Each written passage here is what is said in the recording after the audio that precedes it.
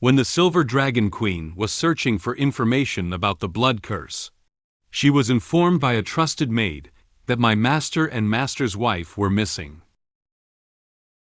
The Silver Dragon Queen asked her to continue observing the situation based on the maid's message.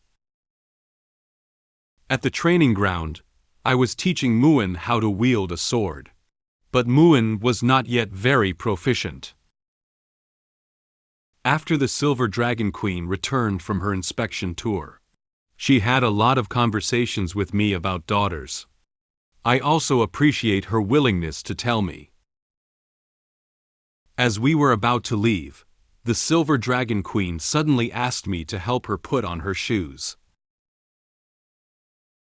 The current time is evening. The rest of the Silver Dragon Temple was quiet, but the lights were still on in the Queen's study.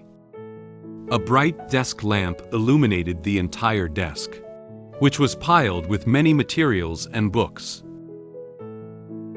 Roswitha hadn't slept yet. She sat at the desk, holding a book about blood magic, carefully searching for something. Suddenly, she noticed the information on one page of the book.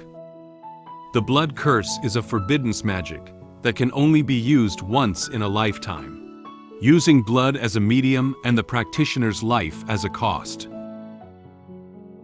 She held her chin and pondered for a moment before revealing a sly smile.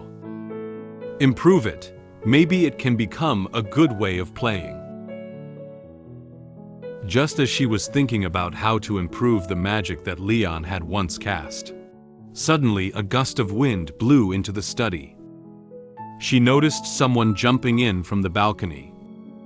Roswitha seemed to have gotten used to this sudden visit. She lifted her head and asked the person at the balcony entrance, "You're back?"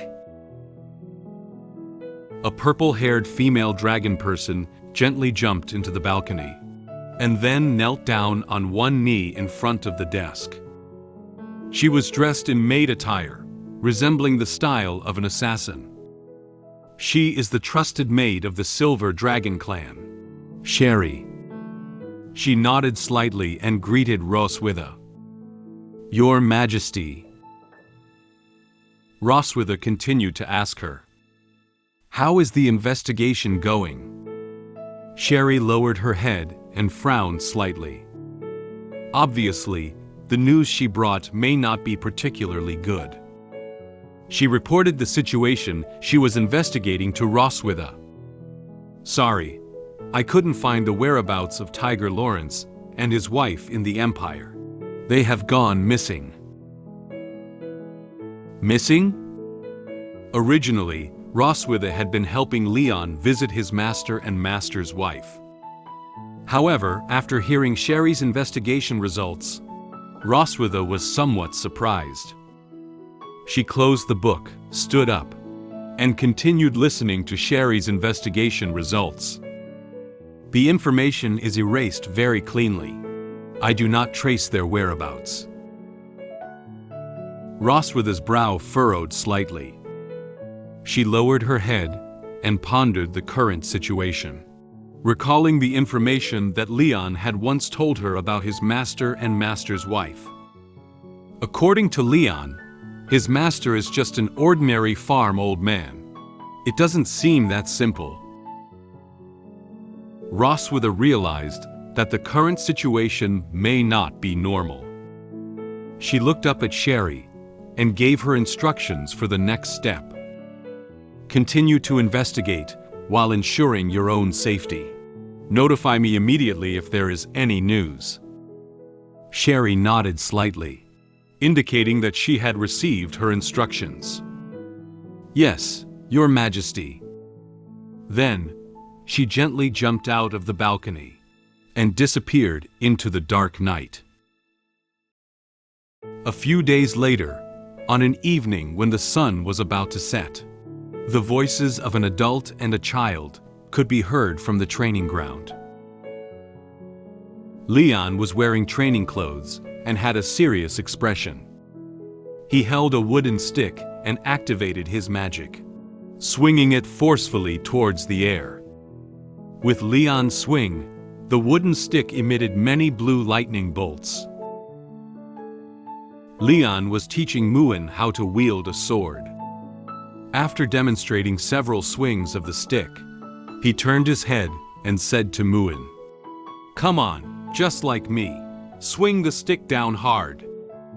Muen was very excited to see his father make such a handsome move. She clenched her small fist tightly, as if cheering herself on, and firmly said to Leon, "Okay." Muen followed his father's movements, and also waved the wooden stick in his hand. However, it seems that Muen didn't understand how Leon swung the stick. She closed her eyes and happily took a swing at the air with her stick. Leon, who was standing beside and watching, couldn't help but feel a little helpless. She was not very familiar with the movement of wielding a sword. It seems that he still needs a long time to teach Muen. Leon guided Muen's sword swing, while explaining to her how the posture needed to be. Muen listened attentively to what Leon had to say, and was very cooperative in correcting own movements. Just when they were training very seriously, a familiar figure also came to the training ground. Roswitha crossed her arms in front of her chest and walked over from a distance. Anna followed closely behind. Muen turned his head and noticed Roswitha and Anna. She greeted Roswitha very happily. "Ah, Mom!" Leon heard Muen's voice and also noticed Roswitha beside him. He turned his head and asked about her as he usually did when talking to her. "Oh, have you returned from your patrol?" Roswitha looked at Leon and nodded, indicating that she had completed her patrol. Muen put down the stick and ran quickly towards Roswitha. She happily held Roswitha and rested her head on her soft twin peaks. Roswitha looked at her with a gentle expression, gently stroking her head and asking about her situation today. "Did you listen to your dad at home today?" Muen lifted his head and looked at her with round blue eyes, nodding. "Yes, Muen is obedient. Dad even taught Muen how to hold a sword." Roswitha smiled and touched Muen's head again, expressing great satisfaction with her performance today. "Well, that's good. We're going to have dinner later. I've ordered the chef to make beef steaks. Change your clothes first." Upon hearing that there was something delicious today, Muen's eyes lit up instantly. She clenched her hand very happily. "Beefsteak. Muen likes it." Anna walked over and bowed slightly to Roswitha, indicating that they would leave first. Then she took Muen's hand and walked back to the Silver Dragon Castle. "Your Highness, let's go." After bidding farewell to Roswitha and Leon, Muen left the training ground with Anna. She held Anna's hand while humming a tune. "Steak, steak, beefsteak." After watching Anna and Muen leave, Roswitha was about to turn around and talk to Leon. "So, you..." A branch was then pointed at Roswitha's throat. It was mere millimeters away from her. Her eyes widened slightly, a little surprised at the sudden appearance of the branch and Leon's current behavior. Leon held up a wooden stick and pointed the sharp part at her, without intending to lower it. Roswitha glanced at the wooden stick in front of her, then at Leon, with no hint of fear in her eyes. She smiled confidently and said to Leon very calmly, "What? Have you finally decided to take action against me? At the Silver Dragon Temple, pointing a weapon at me is a crime of disobedience, and will result in the death penalty. Wait a moment, please. I have already opened an Instagram account. Welcome everyone to follow my Instagram account.